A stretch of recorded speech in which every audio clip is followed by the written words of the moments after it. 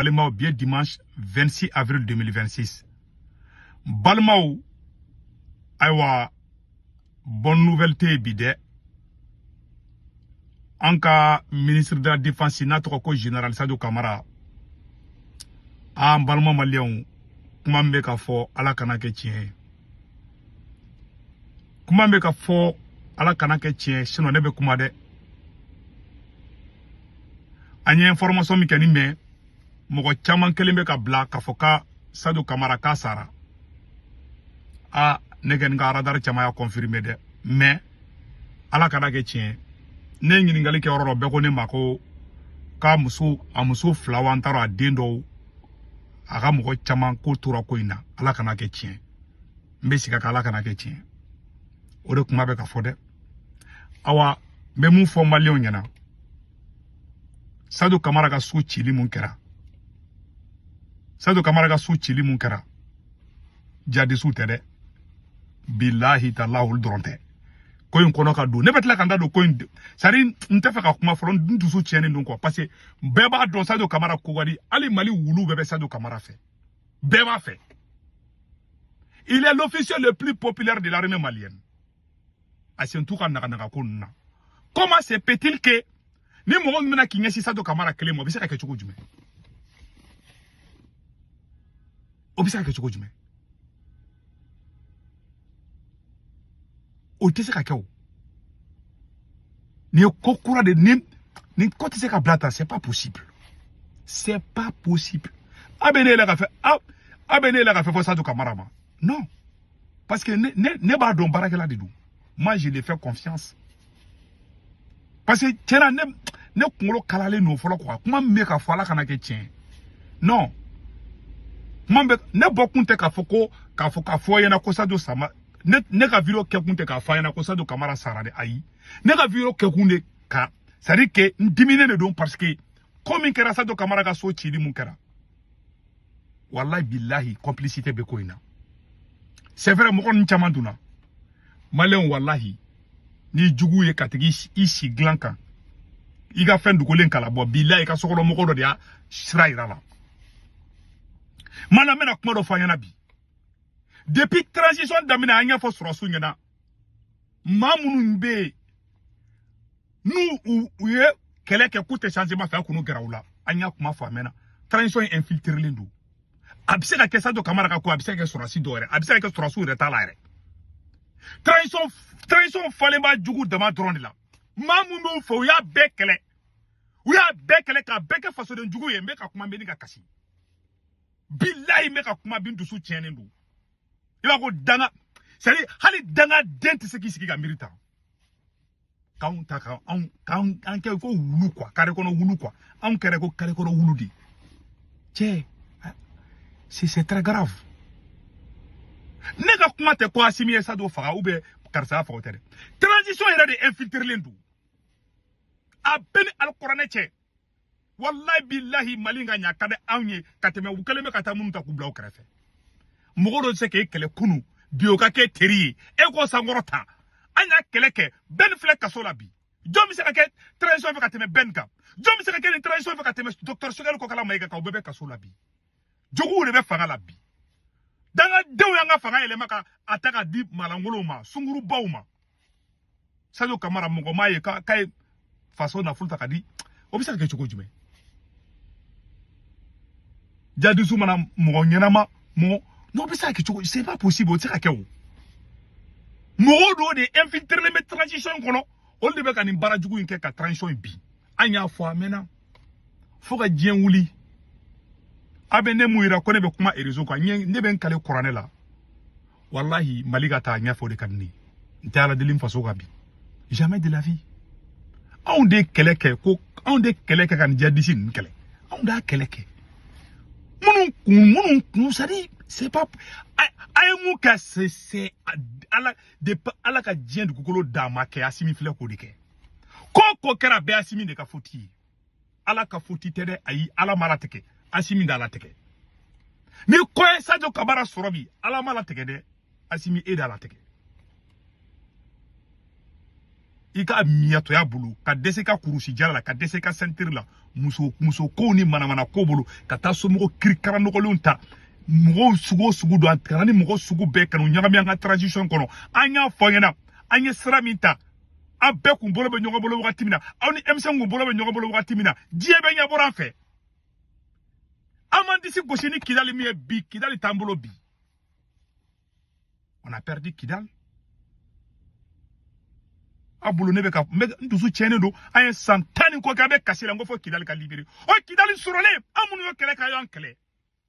kangalo ndro awna kangalo ndro ben la ko don kasola nya foyena ne segu tungara ne ya fo malgré ne te Assimi Goïta fait wallahi ala ne be transition fait mais nda Assimi fait de nta fait bi nte ka fait fo ka dien wuli parce que ka firi ka fsanayi janfanti ni tera fa abi malu awni ala na krache jadi sukana o mataka sorasi were kama fo Sadio Camara yunu ko kadi malembe o bisaka ke chukudi o bisaka ke chukudi anya information soro ku ya Sadio Camara ku ya faka ko ka defa a denfla anamuso je ne sais pas ou kuma chama fora mais ala kana ke chin kuma ni chin ka suruna ntendo wa wala de wallahi ne ni kuma me suru simina nya fatigi na ngo ndale no be ela de mogo nani da fonna si ma delika galon tegene nguma ngondale mbawla me ala kana ka ni kuma nge chin ma nte fe ka dala mais ntusu tiene me mise en garde de la folo parce que ntusu tiene me bi quoi billahi abina fo bi koro de kara abina fo abina non ni Sadio ya njigi de quoi c'est pas possible c'est mon soldat préféré obisa ke chukudi anya foyana ayankele atara mogolangulu ta ka bebla nyogona bi situation flene awte ka se ka contrôler bi ay kele betien hal ni Assimi Sokali black a ben bla senel di bona ka bon c'est déjà fini hal ni sorosu Assimi mine ka kantege bi ka Assimi ne ka kenen yimi bi c'est déjà fini anya foyana ne ya fonga ya Assimi gen ngo sino ngo amena malu soro ay o sigi ga onyi nwere aw be ka vibe danger la bi anya fo officier be yana de ay frango ka nyogo nya ka Assimi dégager ka boy aw maso aw be o sigi mieto diala aw be o sigi mieto diala kono on est militaire ina fo aw de Mali jo ina fo na o te Mali teje ka beke ka Malien beke ina fo Malien te halala ko surasu na figi de mena do transition kono les 5 kono la ya bolda o yerema aw ye halala aw de Kidal libéré non ali Kidal libéré la domina ou bolla ka taka boulevard la ou bolla ka taka kono ko les 5 colonels ka M5 denkerefe ka yere wolo denkerefe hey hali nyama dente nike aw klela kodo kera hali nyama denta ke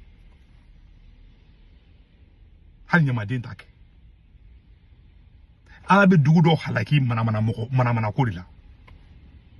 billahi talay je suis très choqué aujourd'hui ne ka ye bi anye kasira Kidal ko kele mun ke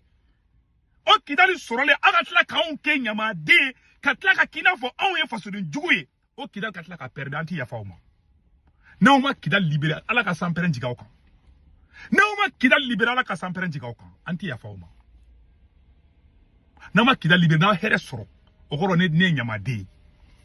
ay Kidal aw kelema Kidal ay kina fo ka tia do janfanti dengolo le nunu kana nga jamana ta ka mana mogo tegere folo ta ka bekele atene obulobia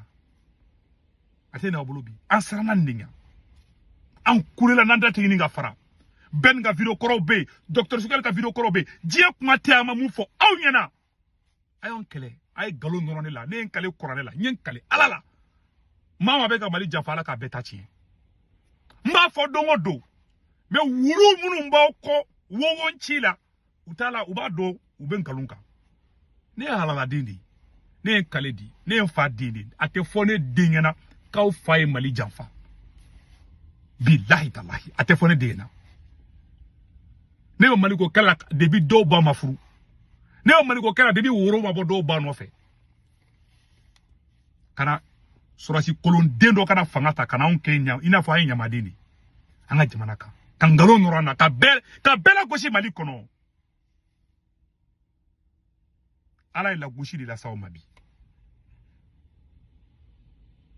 na sado ka koyi ate blade sado ka kointe jadi suma sado fa sado bon ala kana ke aka ala kana fenkala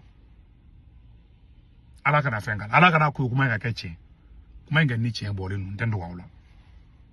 je vais être honnête avec vous ko cheni boyana obeka et puis aye mo munu mene olu nana fagal de kamaw jadi se munu dona bom kitkati o ya dabo do ka sadi o ma don ku be balogoyi hal na u mene ka ko be kula ça ne veut rien dire na kada u mena ku glo ku do au ku ke salusi ça ne veut rien dire ou ye mona do ana déjà quoi au grand temps il soulagé anye bisaba mina anye kemefla aya bem na ka koko ja olu nana faka olu nana saya de kamaw abeni fem na abetla ka dowere fura na tora ituguni c'est comme ça awani kidal ko ina anya me fara tukunu kuni risiko scénario syrien be ka préparer kidal ko farana kuni risu be négociation na anya me ko front de libération de la zawadi mo kuni risu be ka négocier de pour que risu ka sora se munu be kidal kangono be se ka bo chugomi ko baraw ko lu damina antaro no ko côté tien parce que propagande ka chako ina. Voilà les vérités cachées. Ne balma da wuye mali kadni ala bebe ngani ngedo. Ne kidali bi an libura de bi kulushi de bora na bi an kuma shula bi an fado me nyakorobi jona ka asimi goita danga den ala mne ka fangata sunguru baw ka avion sanga doluma ka faso de nyuma bekele munu mi se ka mali ka doso kele ka bekele mo bi se ka faso ni ma video blambe kashi ka nyama deuta ku kejo ka halala deun kele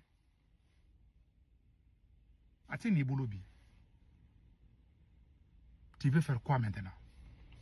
Tu as tout gâté. Tu as tout gâté. Tu ne peux plus réparer. C'est fini. C'est fini. Qui a le dougoumissani bemidena?